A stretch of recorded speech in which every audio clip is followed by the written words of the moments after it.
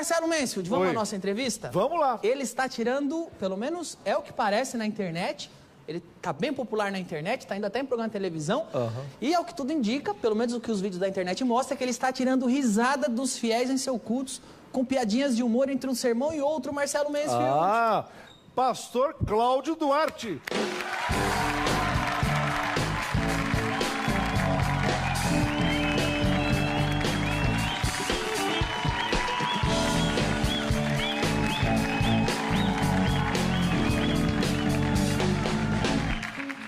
Tudo bem? Olha, não sei se o pastor reparou, mas este tema que o Traje a Rigor escolheu para sua entrada é o tema do Seinfeld. Isso. Seinfeld é um comediante que fazia muitas piadas de stand-up e tal. Ou seja, eu estou entendendo que o Traje a Rigor está comparando o senhor com um humorista. O senhor acha que o que o senhor faz na igreja é humor? O senhor é o pastor do stand-up ou não? Eu não diria o pastor do stand-up, não. Mas eu sempre admirei diversos humoristas, sempre gostei. Sou uma pessoa bem-humorada, então achei que o humor também caberia numa ministração, numa palestra, num sermão. E ele atrai mais fiel? Ou... Não vou dizer que atrai mais fiel, não. Mas deixa mais preso ao que você está dizendo? Com certeza atrai atenção. Atrai atenção. Atrai atenção, com certeza. Mas não é pecado dar risada na igreja? Porque muita gente tem essa ideia, né? Esse pastor fica fazendo a gente rir aqui, isso aí não é de Deus. É lógico que por não ser algo comum, né, vamos dizer, é algo mais ou menos que novo, trazer esse humor para o evangelho, com certeza eu enfrento diversas críticas. Tem pessoas que acham que Deus é um velhinho muito mal-humorado, né, querendo brigar com o ser humano, com o homem o tempo inteiro. E pelo que a Bíblia diz... Não tem humor lá, né, que a coisa é meio chata. Exatamente, passa a ideia. Na realidade, as pessoas têm uma ideia de que se você for bem-humorado, você não é sério. E na realidade uma coisa não tem nada a ver com a outra. Você pode ser extremamente sério e muito bem-humorado. E pode ser extremamente bem-humorado também. Você pode ser extremamente bem-humorado e extremamente sem graça, como é o caso do Mansfield, não é isso? Vem cá, pastor, seus vídeos estão fazendo muito sucesso na internet, não? Tem muita gente, as pessoas já estão te reconhecendo na rua. Você não é o pastor que faz piada? Isso, as pessoas reconhecem. Na verdade, eu nunca postei nada na internet. Nenhum vídeo foi postado por mim. As pessoas, às vezes, adquirem os DVDs, compram os DVDs das minhas palestras, e eles, então, começam a postar esses vídeos na internet. E acontece com o pastor, igual acontecia comigo, com o Mansfield, que iam assistir o nosso show e ficavam gravando no celular. Acontece deles assistirem sua pregação e ficarem gravando? Muitos dos vídeos que estão na internet... E você deixa? Não tem problema? Vídeos, eu não tenho nem como coibir isso, né? E também não é o objetivo. Agora, você se incomoda com o pessoal que tira uma piada sua de contexto e mostra só aquele trechinho gerando polêmica? Não. Eu não me incomodo muito com isso, não. O que acontece é que as pessoas só estão fazendo isso. Entendi. Então, esse tipo de coisa, tirar uma piada do sermão e isolar, acaba prejudicando um pouquinho. Isso, quando... E foi exatamente o que a gente fez agora. Vamos ver um trecho só das piadas do pastor. Cadê? Essa geração não tem onde cair morto, Ana. Mulher é um artigo de luxo, camarada. Tô falando mulher, não é tribufu. Tribufu é baratinho. Olha, verdade. Tribufu, qualquer coisinha serve, coitadinha. Fica lá com aquele semblante fechado.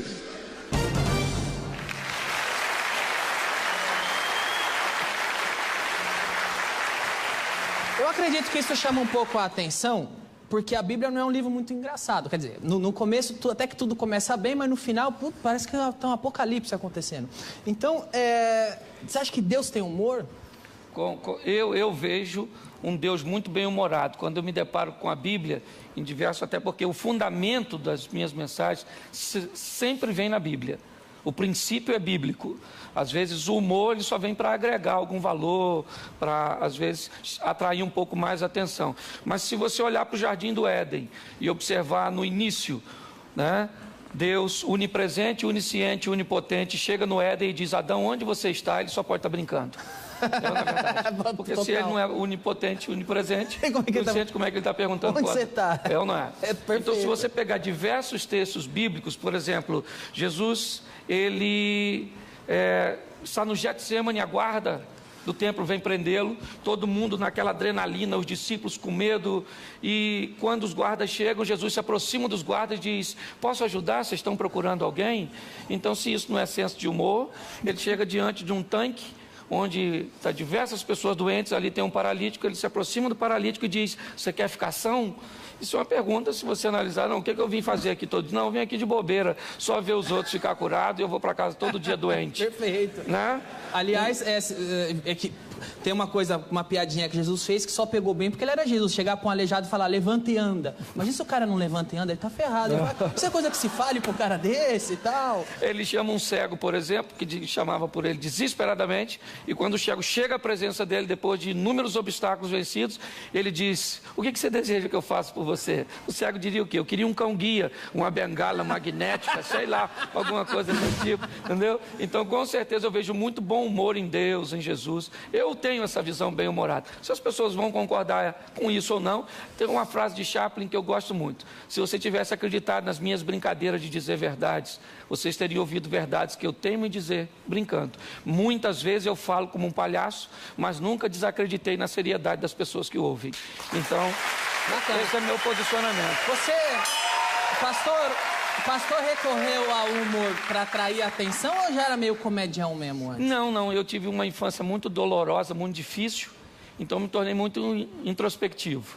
Assim que eu me converti, eu comecei a trabalhar com jovens e uma maneira de atrair a atenção da juventude foi colocar o humor. Eu achei que o humor era um grande atrativo e as coisas foram dando certo. Foram acontecendo, não foi nada programado, não. Legal, geralmente é mais engraçado quem não tenta ser engraçadão, né, Marcelo? Quem leva mais a sério o negócio. Vem cá, qual é a sua denominação? Eu sou da Igreja Batista Brasileira. Você converteu quando? Eu me converti em 92. Por quê? Porque passei algumas dificuldades e acabei tendo um encontro com Deus ali, tive uma experiência com Deus, e aí as coisas foram... Deus foi mudando a minha vida, a minha história, me trouxe até aqui. Aí, tá vendo? Aí você acha que Deus escreve certo por linhas tortas, né? Tem coisas que Deus faz e você não entende. Não, agora é tarde, Deus. Vai saber que um dia isso vem pro bem, né? Há 22 anos atrás eu chegava em São Paulo para trabalhar de pedreiro. 22 anos depois eu venho a São Paulo, né? Num programa como o seu, para dizer que Jesus Cristo é o Senhor, aquele que pode mudar a história. Pastor, os vídeos da internet, eles sempre estão relacionados a marido e mulher, até mesmo a sexo, a vida sexual do casal. É o seu tema onde você é especialista? Não, na verdade, como eu te disse, eu comecei trabalhando com jovem e aconteceu de precisar ministrar uma palestra num evento para casais e não tinha ninguém, me colocaram. E aí a palestra ficou atraente, porque eu comecei a trabalhar com humor e eu busquei voltar para o relacionamento conjugal. As pessoas me chamam de pastor de família, mas na verdade eu gosto desse relacionamento conjugal, essa dinâmica de viver a dois, cabeça de homem, cabeça de mulher, como funciona. Eu sou extremamente contra divórcio, meu pai casou diversas vezes. Mas você conseguiu? Você entende como funciona a cabeça da mulher? Olha, eu tenho estudado aí durante 18 anos. Já chegou a alguma conclusão? Ainda não. Não? Não. Ainda não? Você consegue tatear no escuro e dar alguma dica? Quando, por exemplo, a mente feminina, ela é muito profunda. O homem é muito superficial. Né? Você chega, por exemplo, um homem chega em casa e os filhos bagunçaram os brinquedos na sala, ele diz, junta tudo, coloca na caixa. Coloca agora, a criança vai resmungando e coloca. Se é uma mulher, ela chega e diz, você quer acabar comigo? O seu pai não pode pagar uma empregada, olha como é que eu estou destruído, vocês acabaram comigo. E o filho fica olhando sem pensar assim, do que se trata, não sei do que ela está falando. Ela fala durante 20 minutos e ela vai falando, gritando, e no final ela junta os brinquedos e guarda. É verdade. Então, eu costumo brincar, Danilo, que cabeça de homem é como uma área compartimentada. O homem trata de um assunto por vez. É muito comum no diálogo com a mulher, o homem dizer para ela, nós não estávamos falando disso. Porque o homem é assim, se ele vai falar de dinheiro, ele abre a caixa do dinheiro e fala de dinheiro. Exato. Se a mulher for falar da mãe dela, tem que mudar de caixa, porque ele está na caixa do dinheiro. Exatamente. Então o homem é uma caixa de cada vez. Vamos falar de filho? Vamos, deixa eu fechar a caixa do dinheiro. Fechei a caixa do dinheiro, vamos falar de filho. Agora vamos falar de quê? De esporte, deixa eu fechar a caixa dos filhos. Agora vamos falar da sogra, deixa eu abrir o caixão. Deixa eu procurar essa caixa que eu não sei onde eu coloquei. Né? Mas uma mulher não. A cabeça de mulher é um emaranhado de fio, corrente contínua, o tempo inteiro, mulher fala de tudo ao mesmo tempo, e o homem fica olhando para ela, ela diz, você não vai falar nada, ele pensa, não sei que caixa você tá. Então, na verdade, a hora que eu conseguir achar a caixa, eu entro no assunto. E a mulherada da tua igreja, ou que assiste seus cultos, suas palestras, elas não chamam de machista, não? Pastor, você é machista? Não, até porque eu não sou machista, não, defendo demais as mulheres. Entende? Eu acho que isso não é defeito, é acessório. Eu acho que já veio de fábrica, foi Deus que colocou, e eu não estou aí para contradizer. Eu ia falar exatamente isso, porque eu acho que a maneira bem-humorada de tratar desse assunto, que é um assunto que as pessoas ficam meio chateadas de falar de marido e mulher, relacionamento, talvez bem-humorado o pessoal gosta mais. Suaviza. Entenda mais até, né? E suaviza também. Pastor, você disse durante a conversa que começou, não sei se começou ou não, mas que trabalhou muito com os jovens. Isso. Não, agora, o senhor também dá muito conselho para casal, matrimônio, vida sexual. Entra ano, sai ano, os jovens continuam com essa mania de fornicar antes do casamento. Né? Vinha a gente pedir conselho pro senhor. Que conselho o senhor tem para jovem que quer fornicar antes do casamento? Não se deve fazer? É uma questão só de saúde? Qual é a visão do pastor? Vamos lá, o Ministério da Saúde adverte que sexo seguro é com preservativo. A Bíblia adverte que sexo seguro é depois do casamento com uma pessoa só. Não é? Hoje isso, onde as pessoas observam mais o prazer pessoal do que a palavra de Deus, as coisas ficaram meio, vamos dizer, misturadas. Hoje, por exemplo, daqui uns dias vai acabar vendo um porte fazendo xixi no cachorro e todo mundo achando perfeitamente natural. Por quê? Porque os valores se inverteram e o errado virou certo. Né? O que eu falo sempre para a juventude é o seguinte, você precisa definir se você é o ambiente ou se você é o camaleão. A vida é assim, se o ambiente faz você ou se você faz o ambiente. Hoje, o ambiente tem feito a juventude. Então as pessoas acham normal, está todo mundo fazendo, né? Eu vou fazer também, até porque os jovens gostam muito de aceitação, de ser aceito. Todo mundo gosta disso, para se relacionar. Mas a Bíblia diz que sexo é depois do casamento, não dá para negociar isso. Então, fornicação não dá. É só não alimentar. Você não namora no escuro, namora na frente dos outros. Leva seu pai, seu irmão mais novo. Namora na igreja. Não. Só, com licença da palavra, só broxante. Só broxante. Verdade. Isso aí. O David Banner é fácil de conduzir. O difícil é o incrível Hulk, né, irmão? Então não deixa o Banner virar o Hulk e tá tudo certo. Ok, agora, mas como é que se a pessoa não pode ter experiência sexual antes do casamento, pastor? Como que ela vai saber que está casando com a pessoa certa? Porque não corre risco da pessoa casar, os dois casam virgem, e depois do casamento, quando eles transam, eles falam, eu acho que eu não gostei desse seu lado. E aí fica aquele casamento, que é o casamento gospel, que é aquele casamento que casaram virgem só para não receber bronca do pastor. Então, eu não vou pecar com minha namorada, então para não ganhar bronca de ninguém, eu vou casar com ela, mas depois que casa, as coisas não encaixam. Mas não se você pode ser um prejuízo? Por exemplo, a maioria das pessoas que se separam fizeram sexo antes do casamento. Quando as pessoas vêm falar, a primeira pergunta que eu faço é qual era a vida sexual de vocês? Não, nós já tínhamos uma vida. Então as pessoas, numa expressão vulgar, experimentaram antes da hora e mesmo experimentando, né, porque o grande vilão hoje não é o sexo, o grande vilão é a incompatibilidade de gênero. Entende? Esse que é o que mais separa casais hoje é a incompatibilidade. A gente não combina, não funciona, não... Entende? Mas o sexo é o terceiro. Primeiro vem a incompatibilidade de gênero, depois vem o dinheiro e depois o sexo. Então, quando o assunto é jovem, eu tenho que falar, porque não dá para eu negociar com isso, certo? Tem que aguardar até o casamento. O pastor, pelo que eu estou entendendo, o pastor então está aconselhando o Marcos Klein a, depois que casar, ter a sua primeira experiência sexual, o Klein. Ele é solteiro? Ele é solteiro e virgem. Eu sou casado, ele conhece minha mulher. Ele é solteiro. Respeita aqui, tá tendo uma entrevista lá. Corta o microfone dele, pelo amor de Deus. Corta o microfone dele. Pastor, eu sei que os jovens querem fornicar de casamento, mas eu tô vendo até que o senhor tá com o livro, a gente fala dele já. Eles querem fornicar de casamento, mas o que a Bíblia, quem segue a Bíblia vai tentar fazer é não fazer isso, certo. Não é?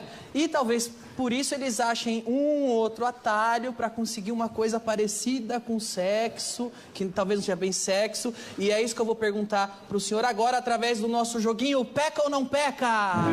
Peca ou não peca? Vamos lá, pastor.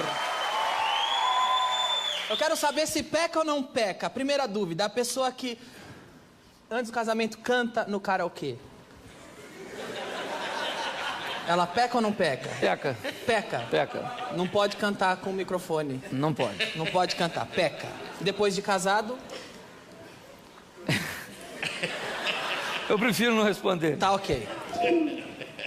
Quem joga um dadinho? Peca ou não peca? Antes do casamento? Antes do casamento. Peca. Peca. Peca. Não pode nem jogar um dadinho antes do casamento. Depende de onde caiu o número, é perigoso demais, então é melhor não brincar com dado.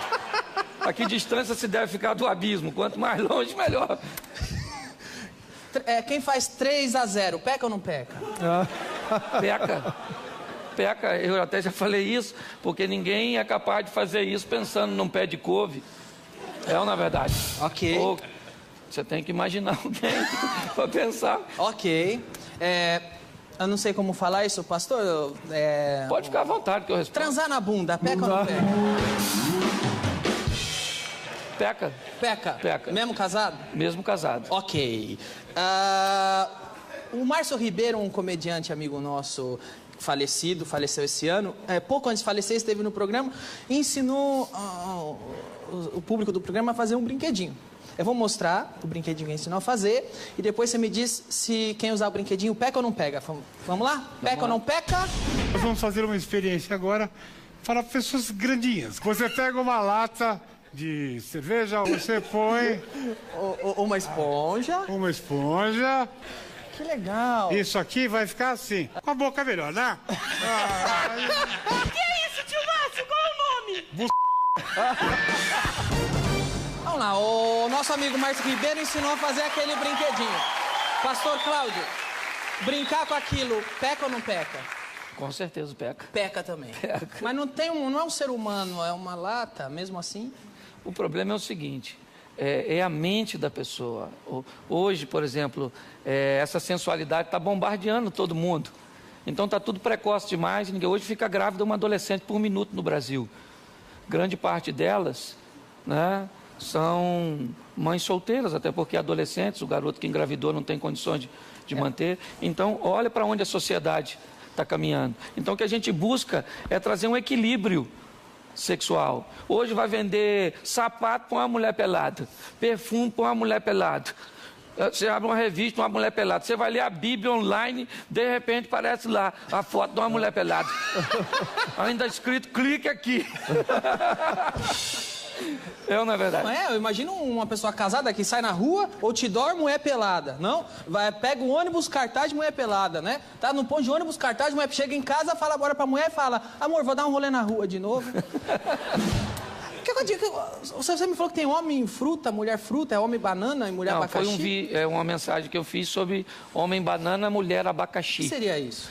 Foi uma passagem bíblica que eu peguei um homem banana, um homem que a mulher mandava nele. Um homem tá igual o mico leão dourado, para ver só em cativeiro. É uma espécie em extinção. Daqui um dia vamos chegar aí no museu alguém vai falar aquilo ali é um tiranossauro rex. E logo depois vai ter um homem em pé, porque está difícil de ver homem. Não é?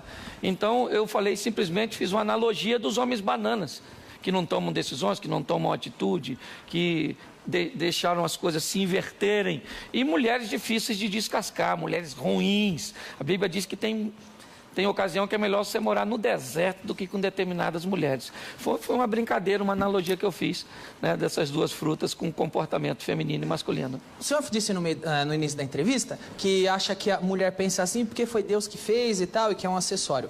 Mas por que hoje o sábio é casar tendo uma certa estabilidade, não é? Certo. E isso às vezes acontece depois dos 20 e tantos anos. Mas então por que o jovem com 18 anos já tem a vontade louca de transar com a...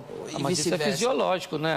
Mas não foi Deus que fez também essa vontade da gente? Lógico, mas a vontade é sadia. O problema é o seguinte, é que economicamente, como você falou, o camarada não tem nem como se manter, certo? Uma mulher bonita custa caro. Uma mulher legal você precisa. Se você vai casar, o relacionamento a 2 já é difícil. Imagine a 10. Você vai casar para morar na casa dos outros. Pensa, vai fazer sexo como? Sai do banheiro igual um bandido. Abre a porta, não pode ter nenhuma sonoplastia no ato sexual, senão vai acordar os outros. Então, Eu sei do que você está falando, pastor, porque eu cresci num quarto e sala em Santo André. Então, não é só questão de pecado, não. É uma questão de estrutura, realmente. Só que hoje é o que eu estou te dizendo. Hoje uma garota que era para estar brincando de boneca, está com a criança no colo.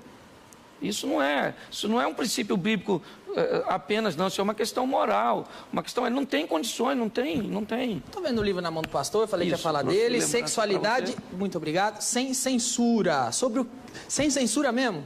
Porque eu tô vendo que tudo que eu quis perguntar, o pastor me deixou bem à vontade para perguntar da forma que eu quisesse pro pastor, e o pastor respondeu o que acontece é o seguinte, esse livro saiu há cerca de 1 ano e meio, 2, com o objetivo de trazer uma qualidade de vida sexual melhor pro cristão, certo? Mostrar um pouco para eles o que se pode fazer, o que não pode, o que a Bíblia recomenda, porque algumas pessoas vão para púlpitos para falar de suas preferências sexuais e não para falar o que a Bíblia diz. Hoje tem muita gente decepcionada com o Evangelho, tem muita gente que acabou morrendo na fé. Por quê? Porque se decepcionou com líderes que estavam construindo um reino para si e não trabalhando para o reino de Deus. Então foi Deus que criou, eu peguei alguns versículos, algumas coisas, algumas pessoas auxiliaram e fizemos esse trabalho que acabou ajudando muita gente. De tudo aquilo que eu falo, com todas as brincadeiras, Danilo, nunca eu encontrei ninguém que disse uma de suas palestras, uma de suas recomendações acabaram com o meu casamento. Tudo que eu ouço o meu casamento mudou, a minha história mudou, a minha vida sexual mudou. Então o objetivo é trazer benefício para o povo. Olha, pastor, eu tenho uma pergunta de sexualidade sem censura aqui para fazer.